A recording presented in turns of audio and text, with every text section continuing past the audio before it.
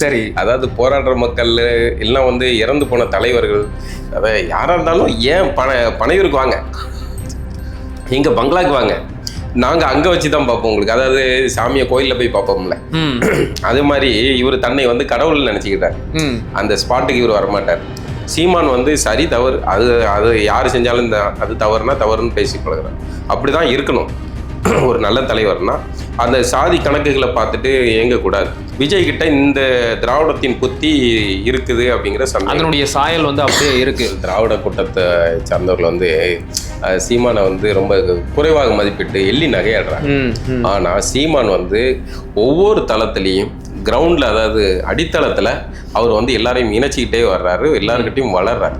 மக்கள் பிரச்சனையே பேசணும், வாக்கு போடல, அதெல்லாம் அடுத்தது. ஆனால் இப்படி ஒரு பிரச்சனையை பேசுறதுக்கு ஒருத்தன் இருக்கான், கண்டிப்பா அது அவசியமானதுங்க. சீமான் ஜெயிக்கல அதெல்லாம் அடுத்தது. சீமான் தோத்தை கூட போட்டுங்க, ஒவ்வொரு தேர்தலையும் நிற்கிற இடத்துல தோத்தை போட்டோம். ஆனால் இப்படி ஒரு இடத்துல ஒருத்தனை மாடு மேய்க்கக்கூடாதுன்னு சொன்னா ஒருத்தன் வருவான் அப்படிங்கிற எண்ணம் ஆட்சியாளர்களுக்கு வருது இல்லை, பயம். கண்டிப்பா அதுதான் அவசியமானது. நெற்றிக்கண் திறப்பினும் குற்றம் குற்றமே. நெற்றிக்கண் வலையொலி உறவுகளுக்கு வணக்கம். இன்றைய அரசியல் உரையாடலில் நாம் சந்திக்க போகும் விருந்தினர் அன்பு அண்ணன் கார்ட்டூனிஸ்ட் பாலா அவர்கள். வாருங்கள், அவருடன் பேசலாம். அண்ணா வணக்கம். வணக்கம் மகிழ். இப்போ உங்களுடைய அனுபவத்தில் நீங்கள் எத்தனையோ அரசியல்வாதிகளை பார்த்துருப்பீங்க. இப்போ புதுசாக ஒரு நடிகர் கட்சி ஆரம்பித்து நான் தான் வந்து மாற்று அப்படின்னு சொல்லிக்கிட்டு வந்திருக்கிறாரு.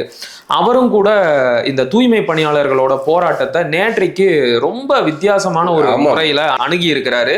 நீங்களும் அதை பார்த்துருப்பீங்க. அதாவது இவர் வந்து போராடும் மக்களை போராட்ட களத்திற்கு போய் பார்க்க மாட்டாராம், அந்த மக்களை அவருடைய கட்சி அலுவலகத்துக்கு.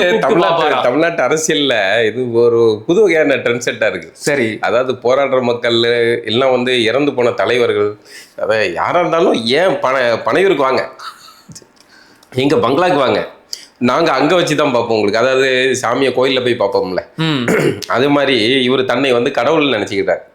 அந்த ஸ்பாட்டுக்கு இவர் வரமாட்டார். கடவுள் தான் வந்து அந்த கோயிலுக்குள்ள கருவறையில் இருப்பார். நம்ம போய் பார்த்து நம்ம கும்பிட்டு வருவோம். எல்லாம் மன்னரை பார்க்கறதுக்கு போறது. இது சரியான அணுகுமுறை. மன்னர்கள் கூட நகர்வலம் போறது அப்படிங்கிற ஒரு இது உண்டு அந்த இதுல கதையில. இது கேவலமான அணுகுமுறை. இப்போ விஜய் அவர்களுக்கு ஒரு வேல்யூ இருக்கான்னு கேட்டால் இருக்கு. ஒரு திரைப்பிரபலம், அதுவும் இல்லாமல் ஒரு பரவலான ரசிக கூட்டத்தை வச்சிருக்கிறாரு அப்படிங்கிறதுனால அது இருக்கு. அதனால தான் வந்து அவர் போகிற இடங்களுக்கு ஒரு கூட்டம் திரளுது. இன்னொன்று ஆட்சியாளர்களும் அது பதில் சொல்ல வேண்டிய நிர்பந்தத்துக்கு உள்ளாகிறாங்க. இயல்பாகவே ஊடகங்களுடைய அந்த கவனிப்பு வந்து அவர் மேலே விழுது, அதை பார்வையில் விடுது. இப்போ பரவலாக போய் செய்தி சேருதுன்னு வைங்களேன். அப்போ ஆட்சியில் இருக்கவங்க பதில் சொல்ல வேண்டிய நிர்பந்தத்துக்குள்ளாக. அப்போ இந்த மாதிரியான போராட்டங்கள்லாம் இவருக்கு வந்து அல்வா சாப்பிட்ற மாதிரியான, இந்த மாதிரி ஆட்சியாளர்களுக்கு எதிரான போராட்டம் அவ்வளோ விஷயங்கள் நடக்குது, சம்பவங்கள் நடக்குது. அப்போ அதையெல்லாம் வந்து களத்தில் இறங்கி ஒரு தலைவராக வேண்டியவர். நடிகர்னா நம்ம இதை கேட்க வேண்டியதில்லை. கண்டிப்பாக முதல்ல அவர் நடிகராக இருக்கிறதுனால நம்ம விமர்சிக்கிறோம். நீங்கள் வந்து உங்களுடைய திரைப்பிரபலத்தை வைத்து, அந்த பிம்பத்தை வைத்து நீங்கள் வந்து எளிய மனிதர்களை ஏமாற்றி ஆட்சியில் உட்காரலாம் அப்படிங்கிற இதில் வந்து எம்ஜிஆர் காலத்தோட போட்டு எம்ஜிஆர் ஜெயலலிதான்னு ஆரம்பித்து தமிழினம் மீண்டே வர முடியல. நீங்களும் வந்து அதே வேலையை செஞ்சு பின்ன இழுத்துடக்கூடாது. அதனால தான் ரஜினியை எதிர்த்தோம். இப்போ நீங்களும் அதை தான் செய்கிறீங்க. சரி, ஓகே, நீங்கள் வர்றீங்க, ஆர்வம் வர்றீங்க. நம்ம எந்த ஜனநாயகத்தில் எல்லாருக்கும் உண்டு. அப்போ அது மக்கள் பிரச்சனைகளை நேரடியாக காலத்தில் இறங்கி பேசி வச்சு நீங்கள் ஒரு தலைவருக்கான பண்போடு வாங்க அப்படின்னு தான் நம்ம எதிர்பார்க்கோம். விஜயை வந்து நடிகருங்கிறனால எதிர்க்கல. அவர்கிட்ட இந்த பண்புகள்லாம் வந்தால் ஓகே, ஒரு நல்ல தலைவர் உருவாகட்டுமே. இந்த திரைத்துறையில இருந்து யாரும் அவரை கேட்ட மாதிரி கூத்தாடிகள் வரக்கூடாதா அப்படின்னு வரலாம், தாராளம் வரலாம். கூத்தாடிகள் தலைவராக வந்து வரணும், களத்தில் இறங்கி வேலை பார்த்து மக்களுக்கு மக்களாக நின்று வேலை பார்த்துட்டு வந்தால் நம்ம தாராளம் வர வைக்கலாம். இவ்வளோ பிரச்சனை நடக்கு, எவனா செய்வானாங்க. இதை தூய்மை பணியாளர் போராட்டம் ஒரு முக்கியமான போராட்டம் நடந்துகிட்டு இருக்கு. அவர்களை தேடி போய் பார்த்து ஆதரவு அளிக்கிறது அப்படிங்கிறத ஒரு இதாக கொடுக்கும். அவர் வந்தா கூட்டம் கூடிடும் அப்படின்னு சொல்லி, கூட்டம் கூடட்டும், அதுக்கு பாதுகாப்பு கொடுக்க வேண்டியது ஆட்சியாளர்களுடைய கடமை. கூட்டம் கூடட்டுமேங்கிற, கூட்டம் கூடும்போது தான் கூடுதல் முக்கியத்துவம் வரும். நிச்சயம் கூட்டம் கூடட்டும், வரட்டும், ஆட்சியாளர்களுக்கு நெருக்குதல் உருவாகட்டும், அதை செய்ய வேண்டிய இவர் வந்தா கூட்டம் பெரிய அளவு ஆகும் நமக்கு அப்படின்னா உடனடியாக நடவடிக்கை எடுப்பாங்கல்ல. கண்டிப்பா 4 இடங்கள் நடக்கட்டும், செய்யுங்க. அப்போ அதெல்லாம் செய்யாமல் சும்மா நீங்கள் வந்து கேரவன்ல இருந்துட்டு நாங்கள் வந்து அரசியல் நடிச்சு முடிச்சுட்டு டைரெக்டாக வந்து அமெரிக்கா அதிபராயிரலாம் அப்படிங்கிற மாதிரி போய் உட்கார்ந்துட்டா எப்படி? இந்த அணுகுமுறை மக்கள் மத்தியில் எடுபடும் நிச்சயமா அவர் நினச்சிக்கிட்டு இருக்காரு. எம்ஜிஆர் போல தன் வந்து எளிதாக வந்து உட்கார்ந்தலாம் அப்படின்னு நினைக்கிறார். எம்ஜிஆர் அப்படி கிடையாது. எம்ஜிஆர் அவர் திரையா இருந்த போதும் அரசியல் காலத்தில் ஒரு 20 ஆண்டுகள் பயணம் செஞ்சு அதில் வந்து மக்களோட மக்களாக இயங்கி திராவிட அரசியலில் அவர் பயணம் செஞ்சுட்டு தான் அவர் வந்து தனி கட்சி தொடங்குறார். அந்த அனுபவத்தோடு தான் அவர் பேல பார்க்கார். அவர் வந்து வெறுமனே அந்த கேரவனில் உட்கார்ந்து அரசியல் பண்ணலை. அவர் நடிகராக இருந்தாலுமே கூட களத்துக்கு வர்றாரு. அதனால தான் மக்கள்கிட்ட அவ்வளோ செல்வாக்கு பெற முடிஞ்சுச்சு. நீங்கள் வந்து கேரவனில் இருந்து எல்லாம் பனையூரில் இருந்துட்டு நீங்கள் வந்து அரசியல் பண்ணி ஜெயிச்சிடலாம்னு நினைக்கிறீங்க. இது ரெண்டுமே ஒப்பீடே தவறானது. ஆக இது வந்து பார்ப்பாங்க. ஒரு நடிகரை பார்க்கறதுக்கான இயல்பான ஒரு பார்வையாளர் மனநிலை இருக்கும்ல, அது இருக்கும். ஆனால் அது எல்லாமே நமக்கு வாக்கா மாறும் அப்படிங்கிறது அவருடைய கனவாக தான் இருக்கும். அவருடைய ரசிகர்கள் போடலாம், அவருக்கான ரசிகர்கள் வந்து நம்பி போடலாம். எனக்கு அப்படி நினைக்கிறதும் கூட ஒரு அபத்தமா இருக்கு. தமிழினம் வந்து இன்னும் வந்து மீண்டும் மீண்டும் அந்த சரியான பக்குவ நிலைக்கு வரலையே அப்படிங்கிற வருத்தம் தான் இருக்கு. ஏன்னா படித்த பசங்க, அவர் நடிக்காருங்க, டைரக்டர் சொல்லி கொடுக்குற ஸ்கிரிப்டை பேசுறாரு, நடிக்காரு, திரையில பார்க்குறோம், அவ்வளோதான் அப்படின்னு டீல் பண்ண தெரியாத ஒரு தலைமுறை இன்னுமா நம்ம உருவாக்கிட்டு இருக்கோம் அப்படிங்கிற வருத்தமும் வேதனையும் தான் இருக்கு. இப்ப இந்த ஒரு நிகழ்வுக்காக மட்டும் நான் விஜயை பத்தி கேட்கல. கடந்த சில அரசியல் நிகழ்வுகளாகவே அவர் பெருசா எந்த ஒரு ஈடுபாட்டையும் காட்டிக்கல. உங்களுக்கே நல்லா தெரியும், திருநெல்வேலியில கவின் என்கின்ற இளைஞனை மிக கொடூரமான முறையில ஆணவ படுகொலை செஞ்சாங்க. அதுக்கும் கூட விஜய் அவர்கள் எந்த ஒரு கருத்தையும் சொல்லவே இல்லை. கடைசி வரைக்கும் அந்த ஆணவ படுகொலையை கண்டிக்கவே இல்லை. அதுல நீங்க நுணுக்கமான விஜயோட இது அதே திராவிட அந்த கழிச்சட புத்தி தான் இதுல உருட்டியும் தொடருது அப்படின்னு தோணுது. அப்படிதான் பாக்குறீங்களா? அப்படிதான் தோணுது. ஏன்னா ஒரு பிரச்சனையை, அந்த பிரச்சனையின் அடிப்படையில் அந்த தனிநபர் சார்ந்த குற்றத்தை நம்ம வந்து அப்படியே கண்டிக்கிறதுங்கிறது ஒரு பொதுவான இதாக இருக்க முடியும். ஆனால் இவர்களை கண்டித்தால் நம்ம அவர்களுடைய சார்ந்த சாதியின் வாக்குகளை இழக்க நேரிடும் அப்படிங்கிறது திராவிட அரசியல். இந்த ஒரு தவறு நடக்குன்னா அந்த தப்பு செஞ்சவங்க யாரு, எந்த சாதி, எந்த மதமா இருந்தாலும் அது தவறுனா அதை கண்டிக்கவும், பாதிக்கப்பட்டவன் பக்கம் நியாயம் இருந்தால் அவன் பக்கம் நிற்கிறது தான் சரியா இருக்க முடியும். அது நிற்கிறதுனாலே நம்ம வந்து எதிர்த்தரப்பின் வாக்குகளை இழந்துருவோம் அப்படின்னு நம்ம மண்டைக்குள்ள தோணிச்சினாலே நீங்கள் திராவிடத்தின் இன்னொரு கழிச்சடையாக தான் வர்றீங்க அப்படிங்கிறது அர்த்தம். அப்போ விஜய்கிட்ட இப்போ இந்த கவின் படுகொலை, அது வந்து அதாவது எல்லா படுகொலையும் ஊரில் தமிழ்நாட்டில் தினசரி 4 சம்பவம் கொலை நடக்கும். எல்லாத்துக்கும் போய் ஒரு நடிகர் வந்து நின்று முடியுமாங்க, ஒரு தலைவர் நிற்க முடியுமாங்கிறது இயல்பான. அவங்களே கேட்டாங்க, அந்த கேள்வியும் கேட்டாங்க, இயல்பான கேள்வி. ஆனால் சில சம்பவங்கள் தான் பார்த்தீங்கன்னா ஒரு பொதுத்தளத்தில் பெரிய அதிர்வலைகளையும் ஒரு இந்த இதுகளையும் சலசலப்பையும் உருவாக்கக்கூடியது. இப்போ ரயில் நிலையத்தில் முன்பாக ரயில் நிலையத்தில் சுவாதி படுகொலை, அது ஒரு பெரிய அளவில் தமிழ்நாட்டில் ஒரு அதிர்வலைகள். அது எந்த பிள்ளை, எந்த சமூக பிள்ளையாக தான் இருக்கட்டும், ஒரு பிள்ளை இந்த மாதிரி கொல்லப்பட்டிருக்கு அப்படிங்கிற ஒரு அதிர்வலை உண்டு பண்ணுவாங்க. இப்போ கவின் படுகொலை அந்த மாதிரி தான். இப்படி ஒவ்வொரு நம்ம தூத்துக்குடியில் சாத்தாங்குளத்தில் கொல்லப்பட்ட அந்த ஜெயராஜ், அதுவும் அதே மாதிரி தான். இதெல்லாம் நம்ம சாதி பின்புலத்தில் இவங்களெல்லாம் பார்க்கக்கூடாது. திருநெல்வேலியில் இந்த கலெக்டரில் அலுவலகத்தில் தீ கொளுத்தி இறந்த அந்த குடும்பம், இதெல்லாம் வந்து ஒரு பொதுவான அதிர்வலைகள். இதை வந்து சாதி பின்புலத்துலேயே, அவங்க சார்ந்த பின்புலத்துலேயே நம்ம பார்க்க வேண்டியது கிடையாது. இந்த மாதிரியான அதிர்வலைகள் தான் இந்த கவின் படுகொலை. அப்போ நீங்கள் அதுக்கு வந்து கணக்கு பார்க்காம தானே போய் பேசணும். அப்போ அதில் நீங்கள் வந்து நைஸாக கமுக்கமாக இருக்கிறீங்கன்னா நீங்கள் அந்த சாதி பின்புல வாக்குகளை இழக்க நேரிடும் அப்படிங்கிறது கணக்கு. அப்படி ஒரு கணக்கு போடுறவங்க எப்படி ஒரு தலைவராக இருக்க முடியும்? தலைவர்னா பொதுவாக வந்து எல்லாத்தையும் கண்டித்து பேசுறது. சீமான் கிட்ட அதை நான் சரியாக பார்க்குறேன். சீமான் வந்து சரி தவறு அது யார் செஞ்சாலும் அது தவறுனா தவறுன்னு பேசி பழகுறார். அப்படி தான் இருக்கணும். ஒரு நல்ல தலைவர்னா அந்த சாதி கணக்குகளை பார்த்துட்டு இயங்கக்கூடாது.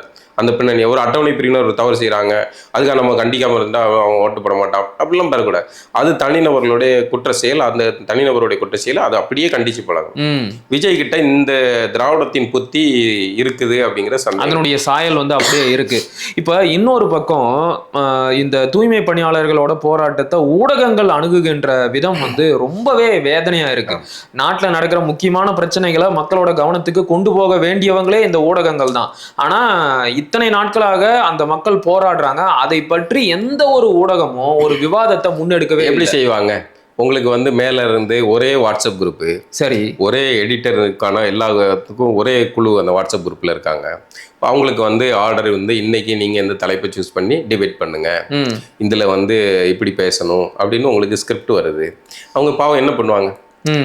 ஒரு ஊழியரா வந்து இப்படியே மக்கள் மத்தியில மக்களுடைய முக்கிய இதையெல்லாம் வந்து இந்த மறைச்சிட்டா நம்ம வந்து ஏதோ வந்து பூனை கண்ணை மூடிட்டுனா உலகம் இருண்டதுன்னு நினைச்சுக்கிறோம். அதை தான் கேட்க வந்தேன்.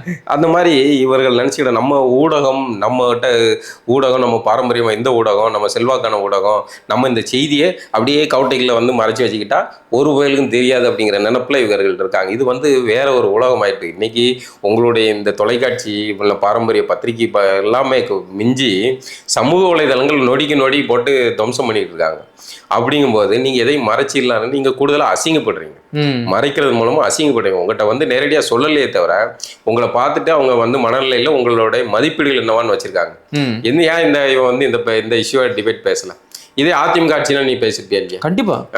அப்போ இந்த நெட்வொர்க் இருக்குல்ல, இந்த நெட்வொர்க் வந்து ஒரு மிகப்பெரிய வலைப்பின்னல். இந்த வலைப்பின்னலில் தான் வந்து தமிழ்நாட்டின் பெரும்பாலான ஊடகங்களும் அதனுடைய ஆசிரியர்கள் பெருமக்களும் வந்து அதில் இருக்காங்க. அந்த நெட்வொர்க்கில் அதுக்கு பல நெட்வொர்க்குகளுக்கு என்னென்னு தெரியும், உங்களுக்கு தெரியும். அது என்ன மாதிரி இயங்குது, என்ன பின்புலத்தில் ஸ்வீட் பாக்ஸுகள் பரிமாறப்படுறது அப்படின்லாம் தெரியும் உங்களுக்கு. இப்போ வந்து அந்த மக்கள் இயல்பாக தன்னெழுச்சியாக போராடும் போராட்டத்தை செய்தியா கொண்டு போய் சேர்க்காத இந்த ஊடகங்கள், அதை பற்றி விவாதிக்காத இந்த ஊடகங்கள், நேற்றைக்கு விஜய் அவர்கள் போராட்ட குழுவினரை தன்னுடைய கட்சி அலுவலகத்திற்கு வர வச்சு சந்திக்க போறாரு அப்படிங்கிற செய்தியை மட்டும் முக்கியத்துவம் கொடுத்து வெளியிடுறாங்க. எனக்கு என்ன கேள்வினா, இதே போராடும் மக்களைத்தான் 2 நாளா களத்திற்கே சென்று அண்ணன் சீமான் அவர்கள் சந்திச்சாரு. ஏன் அவரை மட்டும் அப்படியே மொத்தமா மூடி மறைக்க பாக்குறாங்க? விஜய் அப்படின்னா மட்டும் ஏன் இந்த அளவிற்கு முக்கியத்துவம் கொடுக்கப்படுது? அதுக்கு பின்னாடி 2 அரசியல் இருக்கலாம். சரி, ஒன்று விஜய் வந்து தனித்தே வந்து நம்ம முதல்வர் ஆகணும் அப்படிங்கிற ஒரு அரசியல் ஆசையில் அவர் வந்திருக்கலாம். அல்லது இது ஒரு ஷூட்டிங், நான் ஒரு ப்ராஜெக்ட்டு புது படம் நடிக்கிறேன், இந்த படத்தில் வந்து திமுக வந்து உங்களை வந்து அப்பாயின்மெண்ட் பண்ணியிருக்கு, இந்த படத்துக்கு இந்த ஸ்கிரிப்ட் இதுதான், நீங்கள் வந்து அப்பப்போ வந்து திமுக திட்டுற மாதிரி என்னுடைய அரசியல் எதிரி அப்படிலாம் வந்து 4 வார்த்தை பேசணும், எங்களுக்கு கொஞ்சம் கடுமையாக பேசணும், இந்த மாதிரியான இதெல்லாம் ஸ்கிரிப்ட் இருக்குது, இதை நடிச்சுட்டு இந்த ஷூட்டிங் முடிஞ்சோம், தேர்தல் 26 தேர்தல் முடிஞ்சோன்னா நீங்கள் வந்து ஷூட்டிங் முடிச்சுட்டு நீங்கள் வழக்கம் போல வழக்கமான உங்களுடைய திரைப்பயணத்தை தொடரலாம், அது வரைக்கும் இந்த ஷூட்டிங்கில் இருக்கலாம் அப்படின்னு 2 வகையில் நடந்துக்கலாம். அப்படி நடக்கும்போது தன்னுடைய நாம் ஒரு ப்ராஜெக்டில் புக் பண்ணியிருக்கிற ஒரு நடிகர் அவருக்கு ஒரு முக்கியத்துவம் கொடுக்கணும், அதுதான் ஒரு இதாகும், பரபரப்பாகும். அதனால வந்து அவர் அப்படி ஒரு கார்னரில் அவர் இயக்கப்படலாம் அப்படிங்கிற 2 வகையான சாத்தியம். உண்மையிலே அவர் வந்து தமிழ்நாட்டை வந்து ஒரு அரசியல் தலைவராக, அரசியல் கட்சியாக நம்ம வந்து இயங்கணும்னு நினச்சி வந்தால் மகிழ்ச்சி, அது களத்தில் இறங்கி நீங்கள் வேலை பார்க்கணும். அல்லது நீங்கள் ஷூட்டிங்காக அப்பாயின்மெண்ட் செய்யப்பட்டிருந்தால் அது ரொம்ப சாதாரணம், சோகம்தான். இப்போ அண்ணன் சீமான் அவர்கள் சமீப காலமாக பல வித்தியாசமான போராட்டங்களை முன்னெடுத்துக்கிட்டு இருக்காரு. நீங்களும் பார்த்துருப்பீங்க. கல்லிறக்கும் போராட்டம் நடத்துறாரு, ஆடு மாடுகளுக்கான மாநாடு நடத்துறாரு, தடையை மீறி மலைகள் மேலே ஆடு மாடுகளை மேய்ச்சிருக்கிறாரு. இந்த போராட்டங்கள் மக்கள் மத்தியில் எப்படிப்பட்ட தாக்கங்களை ஏற்படுத்தும் அப்படின்னு நீங்க நினைக்கிறீங்க? இல்லை, உண்மையில இவர்கள் திராவிட கூட்டத்தை சார்ந்தவர்கள் வந்து சீமானை வந்து ரொம்ப குறைவாக மதிப்பிட்டு எள்ளி நகையாடுறாங்க. ஆனால் சீமான் வந்து ஒவ்வொரு தளத்திலையும் கிரவுண்டில், அதாவது அடித்தளத்தில் அவர் வந்து எல்லாரையும் இணைச்சிக்கிட்டே வர்றாரு, எல்லாருக்கிட்டையும் வளர்றாரு. ஒவ்வொரு போராட்டமும் சாதாரணமாக ஒரு மாடு மேய்க்கிறவர்கள் கூட தோளில் கை போட்டுட்டு அப்படி நடந்து போகிறதும், அந்த போராட்டத்தை முன்னெடுக்கிறோம். உன்னை எங்கே ஒடுக்கினா, எங்கே வந்து நீ வரக்கூடாதுன்னு சொன்னானோ அங்கே நான் வர்றேன், கூப்பிட்டு வரேன், தடுத்து பார்ப்போம் அப்படின்னு மாடை ஓடி காட்டுறது இருக்குல்ல, இதெல்லாம் வந்து மிகப்பெரிய தாக்கத்தை உண்டு பண்ணக்கூடாது. இவர்கள் நினச்சிக்கலாம் இதெல்லாம் வந்து மாடு மேய்க்கிறாரு, மாடு நாங்கள் வந்து டாக்டர் ஆக்க போகிறோம், மாடு மாய்க்க போகிறான், இப்படி இது டாக்டர் திங்குதுக்கு எங்கே போவார், சோத்துக்கு என்ன பண்ணுவார், மாத்திரை அள்ளி தின்னுக்கிட்டு இருப்பாரா? பால் காப்பி வக்கனையாக காப்பி குடிக்கிறதெல்லாம் எங்கேருந்து வரும்? மாடுகிட்ட இருந்து வருமா, இல்லை வேற எங்கேருந்து விண்வெளியிலிருந்து வருதா? அப்போ இதெல்லாம் அடித்தளத்தில் இருக்கிற மக்களுடைய பிரச்சனைகள். இந்த பிரச்சனைகளை மிக சிறப்பாக சீமான் அவர்கள் வந்து அதை களத்தில் இறங்கி அவர்களுக்கு உரிமைக்காக போராடிக்கிட்டு இருக்காரு. இப்போ பனையர் மக்களுடைய பிரச்சனை, அவர்களுக்காக களத்தில் இறங்க, மீனவர்களுடைய பிரச்சனை, இப்படின்னு ஒவ்வொரு தளத்திலையும் இறங்கி வேலை பார்க்குற அத்தனை பேருடைய வாக்குகளும் அவருக்கான, இது வாக்கு கணக்கு கிடையாது, முதல்ல மக்களுக்கானது. மக்கள் பிரச்சனையே பேசணும், வாக்கு போடல அதெல்லாம் அடுத்தது. ஆனால் இப்படி ஒரு பிரச்சனையை பேசுறதுக்கு ஒருத்தன் இருக்கான், கண்டிப்பா அது அவசியமானதுங்க. சீமான் ஜெயிக்கல அதெல்லாம் அடுத்தது. சீமான் தோத்தை கூட போட்டுங்க, ஒவ்வொரு தேர்தலையும் நிற்கிற இடத்துல தோத்தை போட்டோம். ஆனால் இப்படி ஒரு இடத்துல ஒருத்தனை மாடு மேய்க்கக்கூடாதுன்னு சொன்னா ஒருத்தன் வருவான் அப்படிங்கிற எண்ணம் ஆட்சியாளர்களுக்கு வருது இல்லை, பயம். கண்டிப்பா அதுதான் அவசியமானது. ஆக நம்ம சீமான் அவர்களை தமிழ் சமூகம் பயன்படுத்தி கொள்ள வேண்டும். அது நீ அதை ஓட்டு போட்டு அதிகாரத்தை கொடுக்குறியோ இல்லையோ, ஆனால் சீமான் அவர்களுடைய முக்கியத்துவம் உனக்கு புரியணும். ஏன்னா நமக்கு பேசுறதுக்கு ஒருத்தன் இருக்கான் அப்படிங்கிற எண்ணம் வந்து தமிழர்களுக்கு இப்போதுதான் வந்து உதிக்க ஆரம்பிச்சிருக்கு, புரிய ஆரம்பிச்சிருக்கு. இவ்வளோ நாள் நம்ம திராவிட மாயில சிக்கியிருந்தோம், நம்மளை திராவிடம் நினச்சிக்கிட்டு இருந்தோம். அதனால நம்ம இவர்களை வந்து நமக்கானவர்கள் நினைத்துக்கிட்டு இருந்தோம். ஆனால் இவர்களுக்கும் நமக்கும் சம்மந்தம் இல்லை, தமிழர்கள் வேற திராவிடர்கள் வேற அப்படிங்கிற எண்ணம் இப்போதானே உருவாயிருக்கு. அப்போ தமிழர் தரப்புக்கான உரிமையை பேசுறதுக்கு ஒரு ஆள் வேணும்ல. கண்டிப்பா. இவ்வளோ நாள் நம்ம கோயிலில் தமிழ் போகல, அதுக்கு எவ்வளோ உருட்டல் கதைகள்லாம் சொல்லியிருந்தாங்க. நீதிமன்றத்தை காரணம் காட்டினாங்க, அவர்கள் ஆரிய பிராமணர்கள் அது பண்ணிட்டாங்க இது பண்ணிட்டாங்கன்னு அந்த உருட்டல் உருட்டிக்கிட்டு இருந்தாங்க. ஆனால் தமிழர்கள் வந்து இன்னைக்கு தங்களுடைய கோயிலில் தான் தங்களுடைய வரலாறு ஒளிஞ்சிருக்கு அப்படின்னு தேடி கண்டுபிடிச்சி அவங்க உள்ள நுழைஞ்ச உடனே தமிழ் உள்ள போக வேண்டிய நெருக்குதலுக்கு உள்ளாகுது இல்லை? கண்டிப்பா. இதெல்லாம் செய்யறதுக்கு யார் வரணும்? ஒரு தமிழ் தேசிய கட்சி வரணும், ஒரு தலைவர் வரணும். அதான் நான் திரும்ப திரும்ப சொல்றேன், தமிழர்கள் இந்த திராவிட கூட்டத்தின் பேச்சை கேட்டுக்கொண்டு கோயிலுக்கு பக்கம் போக மாட்டேன் நாத்தியம் பேசிட்டுலாம் இருக்காங்க. உங்களுக்கான வரலாறு அங்கே தான் ஒளிஞ்சிக்கிட்டு இருக்கு. நீங்க அதை நீங்க அதை தெரிஞ்சிக்க கூடாதுன்னு தான், உள்ள போகக்கூடாதுன்னு. அவன் உள்ள இருக்கிறவன் ஏற்கனவே வந்து இடையில வந்தவன், இங்க வெளியே இருக்கிறவன் வந்து உள்ள இருந்தவன், அவனை வெளியே அனுப்பிட்டு தான் நீ இவன் உள்ள போயிருக்கான். அவன் உள்ள வராதுன்னு சொல்றது நியாயம் இருக்கு, இவன் உள்ள போகாதுன்னு நம்மகிட்ட சொன்னதே வந்து 2 பேரும் கூட்டு போயிருக்க, 2 பேருமே கூட்டு கலவாணிகள். அப்போ இவர்களுடைய பேச்சை கேட்டுக்கிட்டு நம்ம இந்த வரலாற்றை நம்மளுடைய துன்பங்களை வந்து நம்ம இழந்துடக்கூடாது, நம்ம மீட்டுருவாக்கம் செய்யணும். அதை வந்து இப்போ சீமான் அவர்களுடைய வரவுக்கு பிறகு மிக சிறப்பாக நடக்குது. இப்போ இப்படிப்பட்ட பிரச்சனைகளை எடுத்து பேசுறதுக்கு கூட ஒரு தலைவர் வேணும், அது சீமானா இருக்கிறது ரொம்பவே நல்லது அப்படின்னு சொன்னீங்க. ஆனால் திராவிட இயக்கத்தவர்கள் என்ன சொல்றாங்க அப்படின்னா, இந்த கல்லிறக்கும் போராட்டம் ஆகட்டும், ஆடு மாடு மேய்க்கும் போராட்டமாக இருக்கட்டும், இது எல்லாமே ஒரு சாதிய சனாதன சூழ்நிலையை இங்க தமிழ்நாட்டுல வளர்த்து விடுற வேலை அப்படிங்கிறாங்க. இதை எப்படி பாக்குறீங்க? குலத்தொழில மறுபடியும் குலத்தொழிலை தமிழர்கள் இது பண்ணல, கொண்டு வந்து இவர்கள் திணித்ததே வந்து இயல்பாகவே வந்து ஒருத்தர் ஆசாரி வேலை பார்க்குறாருன்னா இயல்பை இப்போ நான் படம் வரைகிறேன்னே, என்னுடைய 3 குழந்தைங்களுமே படம் வரைவாங்க. நான் உங்களுக்கு வந்து கையை பிடிச்சி இப்படி வரையணும்னு சொல்லி கொடுத்ததே கிடையாது. அதாவது இயல்பாகவே ஒரு தொழில் நுணுக்கத்தை ஒருவர் வச்சிருக்காரு அப்படின்னா அவருடைய பிள்ளைகளுக்கு இயல்பாகவே வரும். குலக்கல்வி கல்லாமல் பாகம்படும் அப்படின்னு ஒன்று சொல்லுவாங்க. அது மாதிரி குலக்கல்வினா அது வந்து இந்த தொழில் தான் நீ செய்யணுங்கிறது யாரும் இல்லை. ஆனால் இயல்பாகவே ஒரு ஆசாரி குடும்பத்தில் பிறக்கிற ஒரு பையனுக்கு அந்த தொழில் நுணுக்கம் இயல்பாகவே வரும். நான் புதிதாக போய் அதை கற்றுக்கணும். ஒரு படம் வரைகிற ஒரு பையனுக்கு அவர் இயல்பாகவே வந்து படம் வரைகிறத தந்தையை பார்க்கும்போது செய்வான்.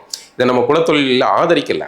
ஆனால் அவனுக்கு அதில் ஒரு வருவாய் இருக்குன்னா அவன் செய்யட்டும், அதுதான். அதுக்காக வந்து நீங்கள் எல்லாருமே வந்து டாக்டர் ஆக்குறது தான் அந்த புத்தியே வந்து தவறானது. டாக்டராக இருக்கிறவன் தான் உயர்ந்தவன், வந்து ஒரு பிளம்பராக இருக்கிறவர் கீழானவர் அப்படிங்கிற மணல்லையே நீங்கள் போதிக்கிறது தான். இப்போ தூய்மை பணியாளர்கள் தொழில் செய்கிறது அது சாதிய இதில் பார்க்குறதே தவறு. அந்த தொழில் செய்கிற அந்த இதில் நீங்கள் அவங்க தள்ளிட்டீங்க, அதை உடைக்கணும். முதல்ல ஒரு நம்ம சலூன் இந்த தொழில் இருக்கு, அது இன்னைக்கு வந்து அது எல்லா தரப்பும் வட இந்தியர்கள் வந்துட்டாங்க, எல்லாரும் வந்துட்டாங்க, கார்பரேட் வந்துட்டாங்க. அது வந்து பொது தொழிலாக மாறணும். எப்போ பொது தொழிலாக மாறும்? அது ஒரு வணிக சந்தையை நோக்கி போகும்போது அது பொது தொழிலாக வரும். அப்போ நீங்க எல்லா தொழிலுமே உடைங்கங்கிற. மீன் பிடிக்கிறதையா, மீன் பிடிக்கிற யாருக்கு மீன் பிடிக்கணும் ஆர்வம் இருக்கும்? மீன் பிடி. யாருக்கு பணம் ஏறணும் ஆர்வம்? எனக்கு வந்து என் 4-10 பணம் இருக்கு, நான் ஏறுறேன், நான் எனக்கு எல்லாம் ஆள் வச்சு ஏறுறேன், நான் பணம் செய்கிறேன், அதில் வணிகம் பண்ணுறேன், எனக்கு அது பொது தொழிலாக மாறும். நீங்கள் தான் வந்து அதை வந்து சீமானை விமர்சிப்பதாக நினைத்து கொண்டு மீண்டும் மீண்டும் அந்த தொழில்களை எல்லாம் சாதி தொழில்களாக மாற்றிட்டு இருக்கீங்க. நம்மளோட நோக்கம் என்னன்னா அது பொது தொழிலாக மாறணுங்கிறதான்.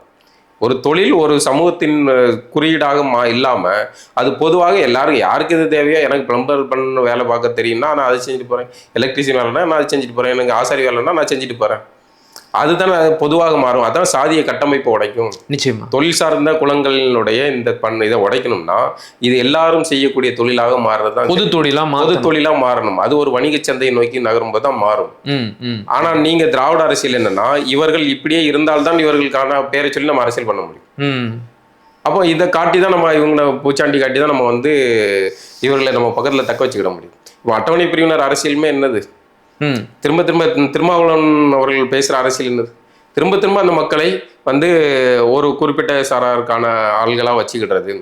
ஏன் அவர்கள் மட்டும்தான் சாதி ஒழிப்பை பேசணுமா? திரும்ப திரும்ப ஏன் சாதி ஒழிப்பு அவர்கள் தான், ஏன் சாதி ஒழிப்பை மற்றவர்கள் பேசக்கூடாதா? திருமாவளவன் அவர்கள் வந்து மீண்டும் மீண்டும் வந்து சனாதனம் இதெல்லாம் பேசுறதே இந்த சிக்கலால வர்றதுதான். ஓகே, அவங்க ஒரு குறிப்பிட்ட மக்களுக்கானது தான் இது எல்லாமே அப்படின்னு இவங்க வந்து அடையாளப்படுத்தி வைக்கிறாங்க. சரியா சொல்றீங்க. இப்ப தூய்மை பணியாளர்களோட போராட்டத்துல தொடங்கணும், அதுலயே முடிக்கலாம் அப்படின்னு நினைக்கிறேன். திமுக இந்த போராட்டத்தை பெருசா கண்டுக்கல. விஜயும் வந்து அவருடைய ஸ்டைல்ல அந்த மக்களை கூப்பிட்டு பார்த்துட்டாரு. ஓட்டு வாங்குற கட்சிகளுக்கு தான் இது சாதகமோ பாதகமோ அதை பத்தியெல்லாம் அவங்க தான் கவலைப்படணும். ஆனா ஜாதி ஒழிப்பிற்காக நாங்க தான் உண்மையாக போராடணும் அப்படின்னு சொல்ற திராவிட இயக்கத்தவர்கள் கூட போராடும் அந்த மக்களை வந்து சந்திக்கவே இல்லை.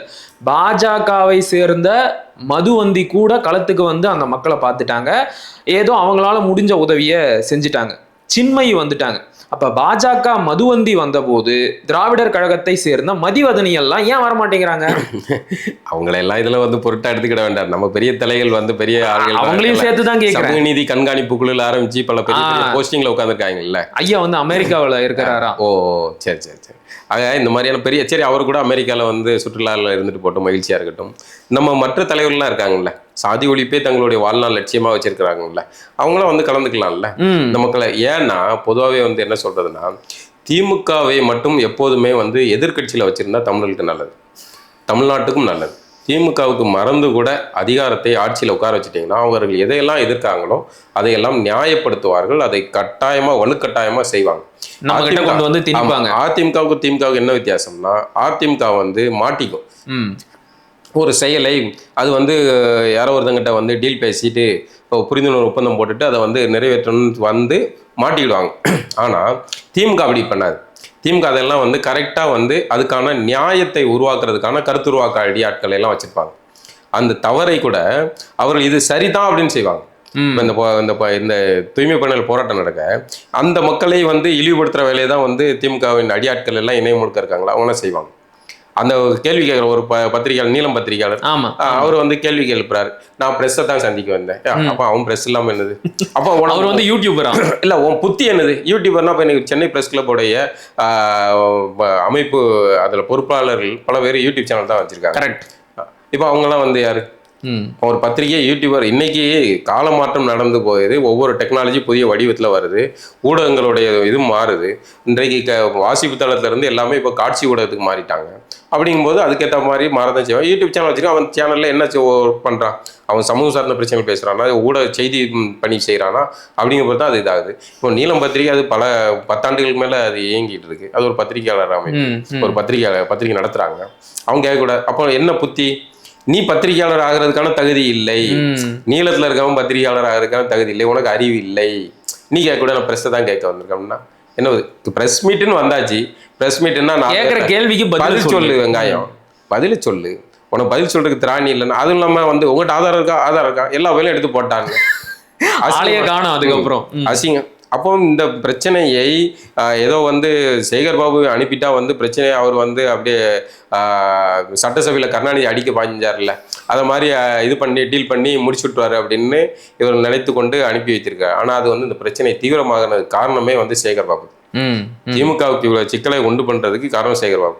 இன்னொன்று இவர்கள் போட்ட இந்த தனியாரோட டீல் இருக்குல்ல, அது திமுக இல்லை, எவர் வந்தாலும் இந்த டீலிங் வந்து இவர்கள் இப்படி தனியார்ட்ட கொடுக்குறாங்க. நான் என்ன சொல்றேன், தனியார் தான் சிறப்பாக செய்யறாங்கல்ல. ஆமா, முதல்வர் பதவியை தனியார்ட்ட கொடுத்துருங்க, துணை முதல்வர் பதவியை தனியார்ட்ட கொடுத்துருங்க, அண்ணா அறிவாலயத்தை தனியார்ட்ட கொடுத்துருங்க, கரெக்ட், ஒவ்வொரு கார்பரேட்டை கொடுத்துருங்க, சரியாக செஞ்சிருவாங்கல்ல. உங்க குடும்பத்துல ஏன் வச்சுக்கிட்டு இருக்கீங்க? அப்போ இப்படி எல்லாத்தையுமே தனியார்ட்ட கொடுத்துருங்க, சிறப்பா இருக்கும், நாடு நல்லா இருக்கும். ஸோ பொறுத்திருந்து பார்க்கலானே இந்த போராட்டம் எங்க போய் நிக்குது, இன்னும் யார் யாரெல்லாம் என்னென்ன கூத்தடிக்கிறாங்க அப்படிங்கிறத வரப்போற நாட்கள்ல நம்ம பார்க்கலாம். பல கருத்துக்களை ரொம்ப விரிவா பகிர்ந்துக்கிட்டீங்க, மிக்க மகிழ்ச்சி, நன்றி. ரொம்ப நன்றி.